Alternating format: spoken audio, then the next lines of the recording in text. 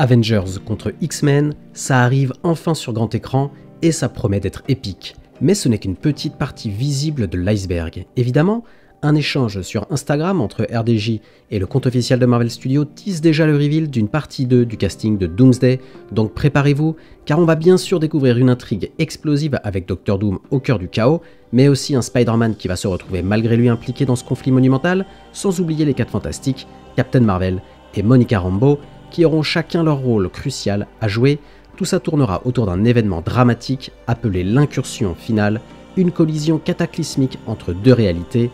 Et attendez, ce n'est pas fini, certains héros vont même choisir le camp de Dr Doom. Salut à tous et bienvenue sur House of Marvel pour une nouvelle vidéo. Aujourd'hui, et après avoir compilé et analysé toutes les rumeurs des insiders les plus fiables, on va parler de ce qui nous attend dans Avengers Doomsday, et croyez-moi, ça va être complètement fou. Préparez le café, installez-vous bien confortablement, je suis Julien, et vous êtes sur House of Marvel. Petit rappel très important, toutes les infos incroyables que je vous partage aujourd'hui proviennent directement d'insiders ultra fiables qui ont déjà révélé des détails vérifiés par le passé. Rien de tout ça n'est inventé par moi, je suis simplement le messager et l'analyste d'informations exclusives que vous ne retrouverez pas forcément partout ailleurs.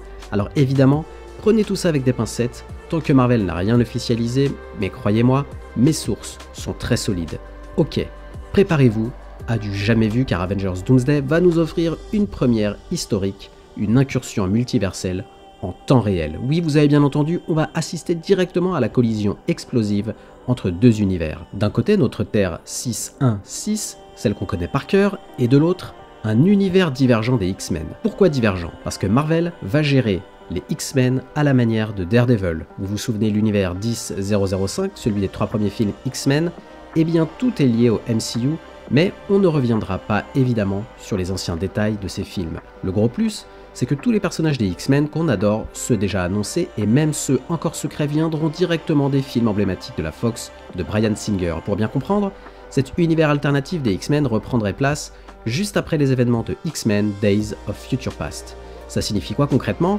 Eh bien accrochez-vous parce que ça veut dire qu'en plus de Mystique, Nightcrawler, Cyclope, Magneto et Professeur X qui ont déjà été annoncés, Jean Grey et Tornade seraient également confirmés dans l'équipe, probablement joués bien évidemment à nouveau par Halle Berry et Famke Janssen.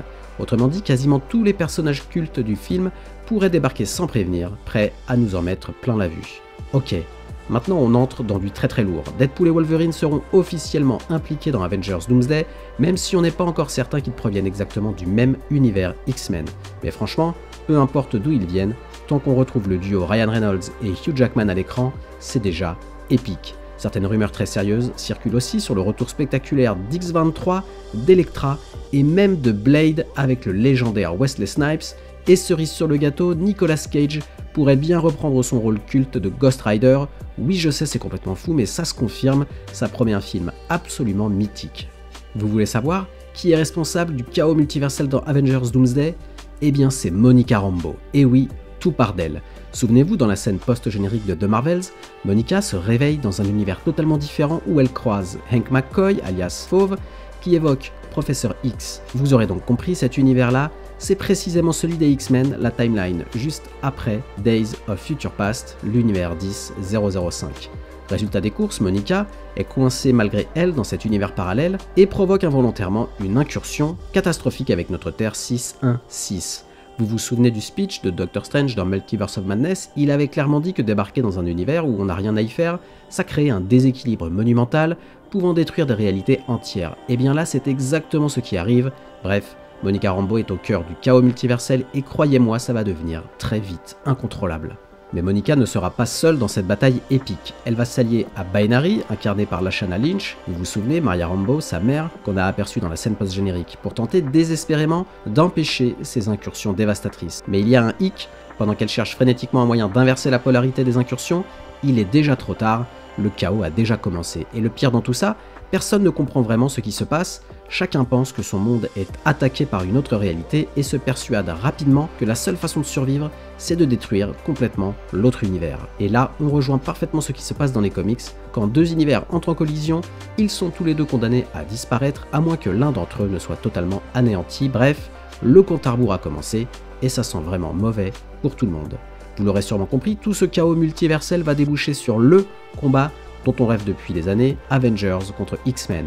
Et ça les amis, c'est le véritable cœur du film. D'ailleurs, il paraît que c'était précisément l'objectif du leader dans la scène post-générique de Captain America, où il aurait discrètement implanté cette idée explosive dans l'esprit de Sam Wilson. Une fois devant le fait accompli, Sam, leader des Avengers, saura que le seul moyen de se défendre, c'est d'attaquer. Quand cette incursion cataclysmique se déclenchera, c'est donc Sam Wilson, notre nouveau Cap, qui mènera les Avengers droit dans une guerre épique contre les X-Men. Et là, accrochez-vous bien, selon des rumeurs très solides, ce serait à ce moment précis que Savage Hulk ferait enfin son grand retour pour affronter Wolverine dans un combat total, brutal et spectaculaire comme on n'en a jamais vu auparavant. Rien à voir avec la petite interaction qu'on a déjà eue dans Deadpool et Wolverine, cette fois-ci ça promet d'être légendaire. Mais attention, ne nous emballons pas trop vite.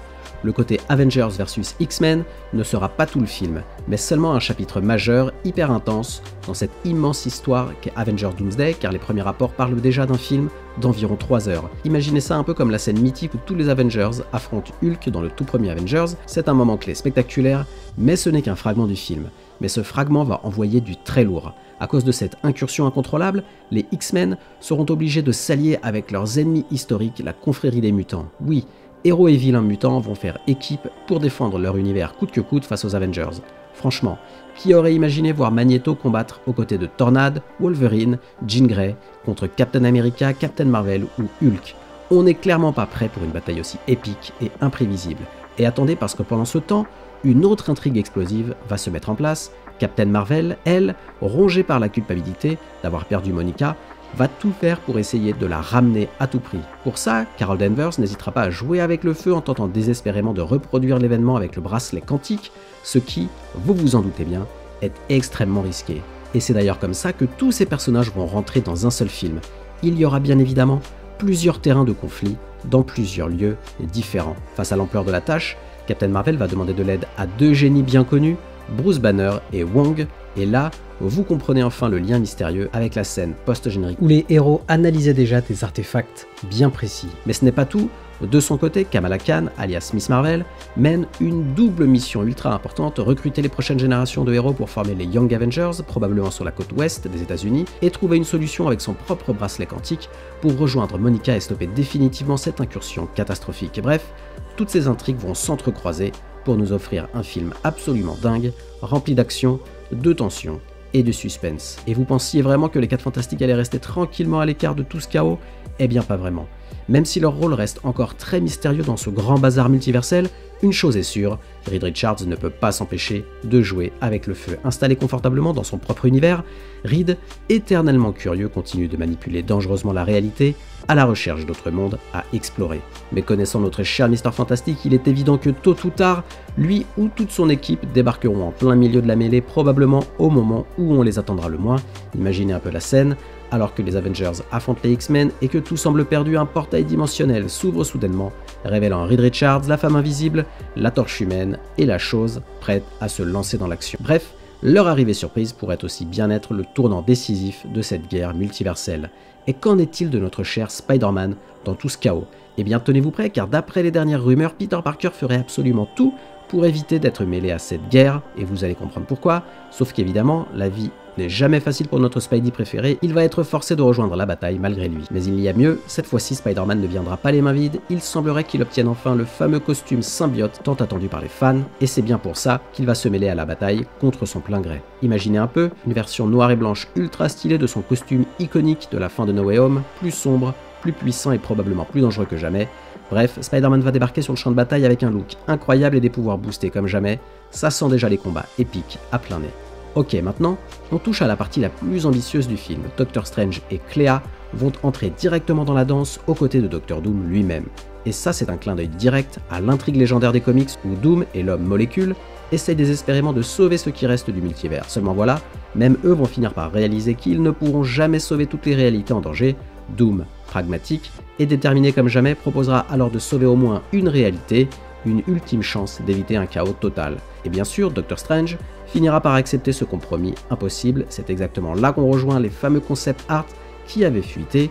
Au passage, j'ai toujours refusé de les montrer par peur de spoiler des informations, mais les frères Russo eux-mêmes ont dit que ce n'étaient que des planches concept qui ne seront pas en lien avec le scénario du film lui-même, donc je vous invite à aller les regarder.